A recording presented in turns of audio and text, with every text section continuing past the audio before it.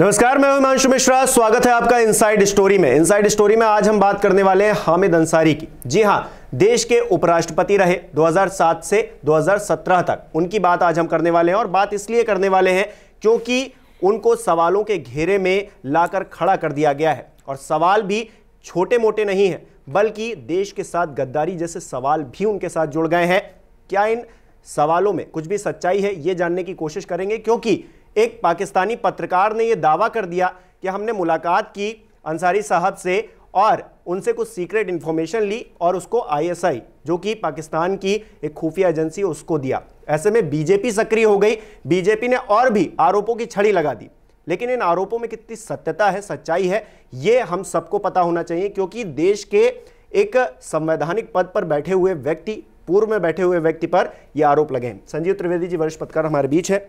संजीव जी, एक पाकिस्तानी पत्रकार जिसकी क्रेडिबिलिटी क्या है हमको ये भी नहीं पता है, वो ये दावा कर दे कि हमने देश के उपराष्ट्रपति पूर्व में जो रहे उनसे मुलाकात की और कुछ सीक्रेट इंफॉर्मेशन आईएसआई को जाकर दी, तो ऐसे में भारतीय जनता पार्टी सक्रिय होकर सीधे आरोप लगाने लगे, ये कितना सही लगता है? क्योंकि सत्ताधारी पक्ष को चाहिए कि इसकी क्रेडिबिलिटी कितनी है, इसको ध्यान में रखा जाए और एक संवैधानिक पद पर बैठे हुए व्यक्ति पर आरोप लगाने से पहले इस बात को पुख्ता कर लिया जाए कि आखिरकार सच क्या है, झूठ क्या है, फिर आरोप लगाया जाए तो ज्यादा सही होता। लेकिन जो सीधे प्रेस कॉन्फ्रेंस कर दी गई गौरव भाटिया की तरफ से और सीधे आरोप लगा दिए गए, क्या इनको सही मानते हैं? कैसे देखते हैं इस पूरे मामले? देखिए, सनसनी तो हो गया है और इतना बड़ा पद है, उस पर आसीन एक व्यक्ति 10 साल के लिए, और जब वो रिटायर होते हैं तो अपने राजनीतिक बयानों के लिए चर्चा में बने रहते हैं। ऐसे व्यक्ति हैं हामिद अंसारी।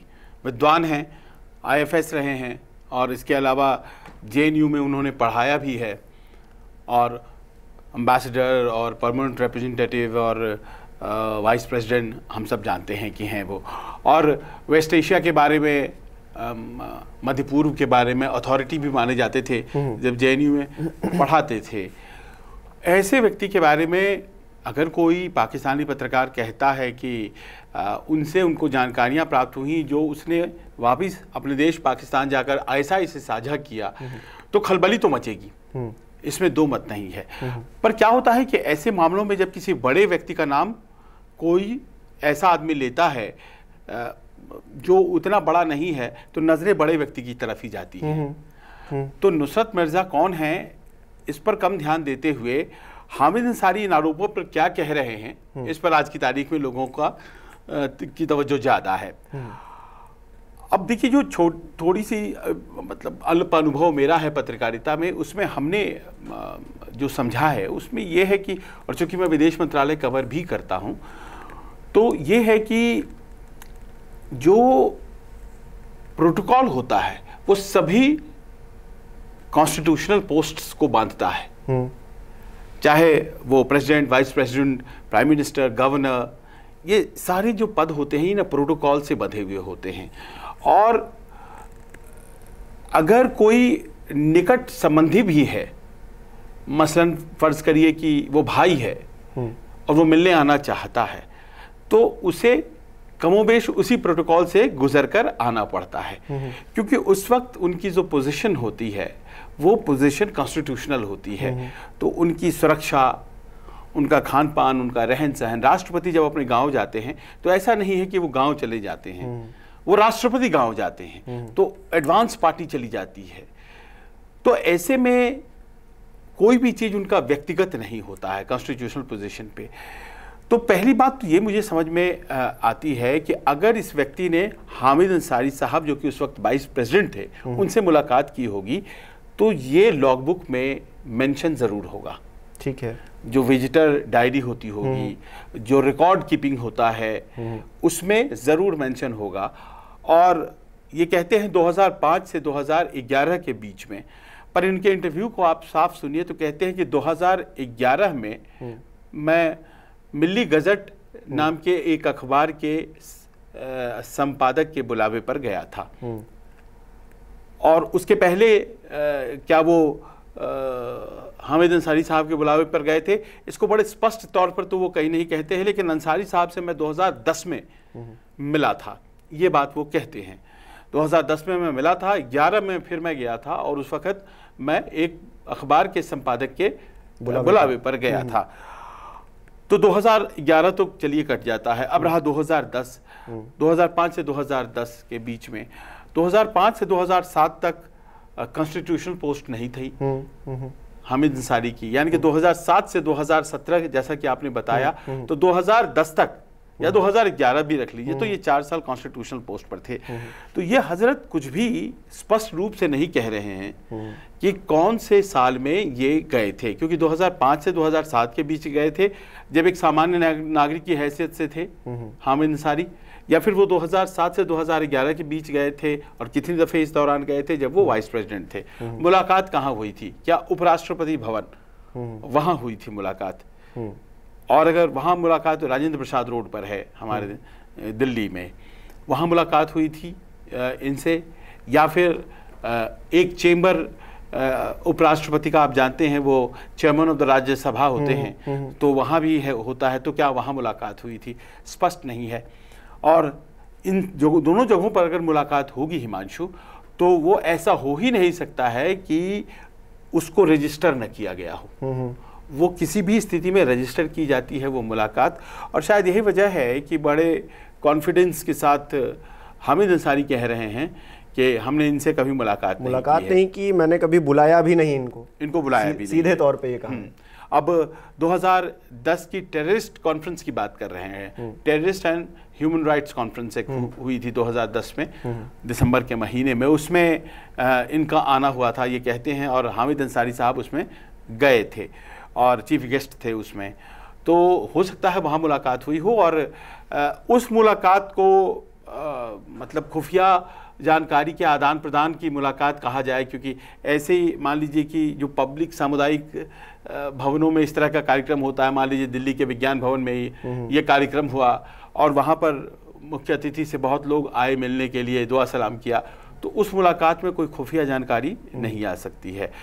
तो जाहिर है कि वो उदाहरण देते हैं कि मैं 2010 में टेररिस्ट कॉन्फ्रेंस में मिला, जो terrorist and human rights conference हुआ था, तो वो मुलाकात कॉन्फ्रेंस के दौरान, जैसे मान लीजिए कि कॉन्फ्रेंस में एक सेशन ख़त्म होता है तो चाय की उस तरफ मेज की तरफ जाते हैं, वहाँ आप कुछ चंद सेकंड्स या चंद मिनटों के लिए आप मुलाकात कर लेते हैं। तो वैसी मुलाकात को तो ये नहीं कहा जा सकता है कि उसमें आपने खुफिया जानकारी का आदान प्रदान किया होगा। पर यह दावा क्यों किया जा रहा है, प्रश्न ये है। और फिर भारतीय जनता पार्टी का इस तरह से हमलावर होना, एग्रेसिव मोड में एकदम से आकर और सीधे कांग्रेस से ये सवाल पूछना कि आप थे उस वक्त और बताइए आप कि आपके होते हुए ऐसा कैसे हो रहा था, जिस बात की पुष्टि नहीं है साफ तौर से, उस बात को सत्ताधारी पक्ष ये कहते हुए कि आप थे उस वक्त और आपने ऐसा होने दिया, ये गैर जिम्मेदाराना नहीं लगता है क्या?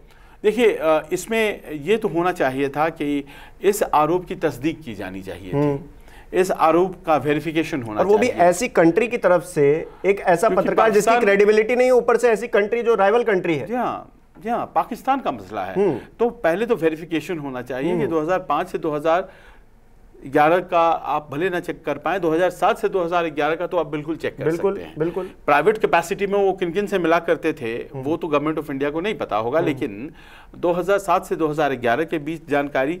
इसके अलावा हामिद अंसारी तेहरान में भारत के एम्बेसडर भी रहे हैं, और तेहरान में भारत के एम्बेसडर के तौर पर भी क्या उनकी भूमिका रही है, वो तो गवर्नमेंट ऑफ इंडिया के सख्त नज़रों में रहते हैं। हमारी इंटेलिजेंस होती है, हमारे राजदूत क्या कर रहे हैं सबों की जानकारी में होता है। वो अगर वो ख़राब काम कर रहे थे तो फिर ये उनका दावा है हामिद अंसारी साहब का, फिर मुझे परमानेंट रिप्रेजेंटेटिव आप यूएन में कैसे बनाते? उसके बाद तो मैं एम्बेसडर बना, उसके बाद मैं भारत का स्थायी प्रतिनिधि बना यूनाइटेड नेशन में। ये सभी पद, हरदीप पुरी साहब जो अभी मिनिस्टर हैं वो उसी पद पर थे, permanent representative to the United Nations.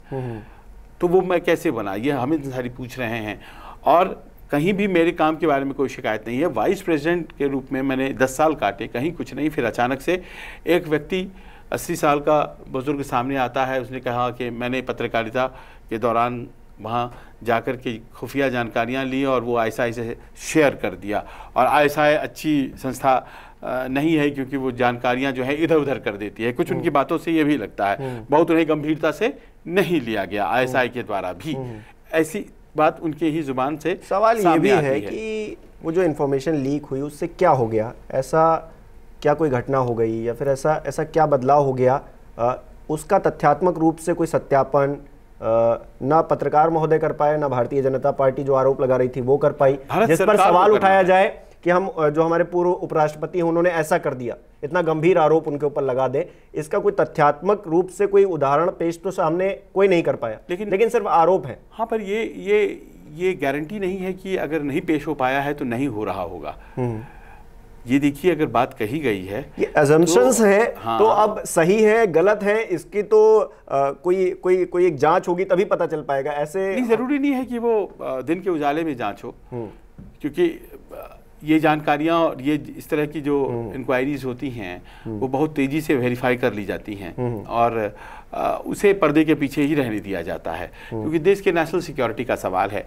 लेकिन हाँ, ये जरूर है कि अगर इस पूरे बयान को राजनीतिक परिप्रेक्ष्य में लेकर के आना है, क्योंकि है घटना बहुत गंभीर है। बिल्कुल। कोई भी व्यक्ति अगर ऐसे कहेगा तो जाहिर है कि ये पॉलिटिकल एंगल भी आएगा इसमें और सिक्योरिटी एंगल भी आता है। दो तरफ की चीजें हैं। अगर हामिद जी ने ऐसा किया तो वो सजा के हकदार हुए, और अगर जो ये आरोप लग रहे हैं या फिर वो पत्रकार अगर कह रहा है तो फिर उसमें अगर कुछ गलत है तो वो लोग भी जो इससे जुड़े हुए हैं, जो आरोप लगा रहे हैं, जबरदस्ती का बातें कर रहे हैं, वो भी फिर सजा के हकदार हुए अगर इन्फॉर्मेशन जो है ये गलत है। देश दूसरा है, हम कुछ कर नहीं सकते। नहीं, उन पे नहीं कर सकते, लेकिन यहाँ वालों पे तो हम ये कर सकते हैं कि आप ऐसी इंफॉर्मेशन जो सही नहीं थी, आपने उसको लेकर पॉलिटिकल नैरेटिव क्रिएट कर दिया। कि देखिए, शब्दों का चयन बड़ा, देखिए वकील हैं गौरव भाटिया साहब, तो उन्होंने शब्दों का बड़ा, उन्होंने सीधा जवाब पूछा है कांग्रेस से। हाँ, कांग्रेस से, हामिद अंसारी से उन्होंने जवाब पूछा है, उन्होंने आरोप लगाया है, उन्होंने कहा है कि क्या ये हमारे देश को वीक करने की कोशिश थी। और तो ये इस तरह से पूछ करके उन्होंने अपने आप को कहीं पे पोजीशन नहीं किया है, उन्होंने सीधे ये सवाल खड़े किए हैं। सवाल तो खड़े किए जा सकते हैं और कानूनी तौर पर कुछ नहीं बनता है, आप डेफेमेशन नहीं कर सकते हैं। पर ये नुसरत मिर्जा हैं कौन? सवाल तो ये है कि पाकिस्तान के कई पत्रकारों को हम लोग जानते हैं, पाकिस्तान के पत्रकारों की जो फहरिस्त है, बड़े पत्रकारों की या पुराने पत्रकारों की, उसमें तो नुसरत मिर्जा नहीं है, पहली बात। दूसरी बात ये कि वाइस प्रेसिडेंट ऑफ इंडिया किसी को बुलाएं, उसके लिए पत्रकार का भी तो कद होना चाहिए ना। बिल्कुल। आपने कौन सा बड़ा कवरेज किया है, कौन सी बड़ी स्टोरी फाइल की है जो कालजयी है, जिसके बारे में लोग चर्चा करते हैं। आप किस मान्यता प्राप्त रेप्यूटेड न्यूज ऑर्गेनाइजेशन के लिए कुछ दशक काम किए हों, 1 या 2 दशक आपने काम किया हो, कोई ऐसा आपका समुदाय हो पत्रकार विशेष का जिसमें कि आप हों, अवॉर्डेड हों, मैंने नुसरत मिर्जा, माफ़ कीजिएगा, सुना नहीं है। तो ये सनसनी फैलाने के लिए वहाँ पर आजकल क्या हो गया है कि यूट्यूबर्स जो है एक दूसरे का इंटरव्यू करते रहते हैं, तो एक पत्रकार दूसरे पत्रकार का इंटरव्यू कर रहे हैं। मैं भारतीय जनता पार्टी पे नहीं जा रहा हूँ, मैं जा रहा हूँ इस बात पे कि कुछ इस तरह की बातें अगर बोल दी जाएंगी दूसरे देशों में, तो क्या हम अपने देश के मान्यता प्राप्त, सम्मानित, उनसे हम डिसएग्री करें न करें, ऐसे लोगों पर उंगलियां उठाने लगेंगे क्या? पहला सवाल ये है। बिल्कुल। क्योंकि हम जब उनको जानते नहीं हैं, हमने कोई वेरिफिकेशन नहीं किया है, या किया है तो वेरिफिकेशन से कुछ निकल कर सामने नहीं आया, तब तक हम ऐसा कैसे कर सकते हैं? जबकि हम जानते हैं कि यहाँ मुलाकात करना, आप वाइस प्रेसिडेंट की बात छोड़ दीजिए, कोई भी सेक्रेटरी लेवल अधिकारी होगा, कोई सीबीआई का चीफ होगा, कोई ईडी का चीफ होगा, उसके घर में जितने भी लोग जाते हैं उन सबों की डायरी पे मेंशन होता है, नाम सहित, कहाँ से आए, टेलीफोन नंबर। आप किसी के यहाँ भी चले जाइए, हाई कोर्ट जज, सुप्रीम कोर्ट जज, अगर एक तो अव्वल तो जाने का अवसर नहीं मिलता है, और अगर आप जाते हैं तो बाकायदा उसमें मेंशन होता है। उसमें वाइस प्रेसिडेंट ऑफ इंडिया के यहाँ कोई सामान्य पत्रकार आता है और कहता है कि उन्होंने मुझे बुलाया, मैं चला गया, तब भी होगा मेंशन, लेके हमने लीक भी कर दिया, तब भी होगा मेंशन। प्राइम मिनिस्टर से, प्राइम मिनिस्टर विदेश जाते हैं, उनसे कोई मुलाकात करता है, एसपीजी बाकायदा रिकॉर्ड कीपिंग करती है। तो ये तो अपने आप में बहुत बड़ी बात है।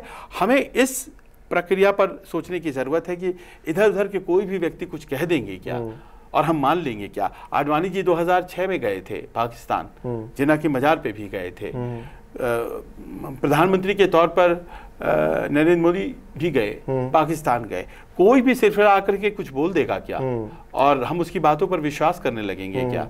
जी नहीं, ऐसा नहीं हो सकता है। और हामिद अंसारी, माफ कीजिएगा, वो बोलेपन के शिकार तो हैं। उनको हमने बड़ी बड़ी बातें बोल करके कंट्रोवर्सी में फंसते हुए हाल के दिनों में देखा है। मुस्लिम सुरक्षित नहीं हैं हमारे देश में, या फिर ये कि छोटी छोटी बातों पर जो हाल के दिनों में घटनाएं घटी हैं, बुलडोजर, ये वो, इन सबों पर उनका इस तरह से खुल करके बोलते चले जाना तो उन्हें एक राजनीतिक व्यक्ति के रूप में बनाता है।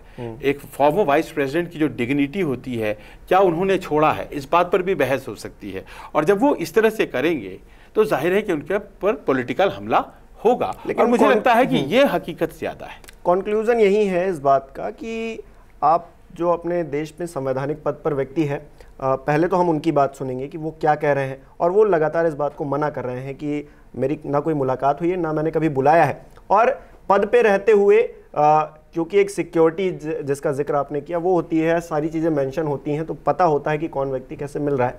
ऐसे में मुझे लगता है कि आरोप लगाने से पहले सत्यता जो है इस बात की जांच ली जाए, उसके बाद कुछ कहा जाए या फिर जिसकी गलती है उसको सजा दी जाए तो ज़्यादा ठीक लगेगा। ऐसे आरोप लगा देना साफ तौर से ये कहीं ना कहीं एक जो पद की डिग्निटी होती है उसे भी हार्म करता है। और साथ में पाकिस्तान का कोई ट्रैप हो सकता है। हाँ बिल्कुल, पाकिस्तान ISI का कोई ट्रैप हो सकता है, कहीं हम उसमें फंस तो नहीं हाँ, रहे हैं। उसमें हमें इसको उस हिसाब से भी देखना चाहिए।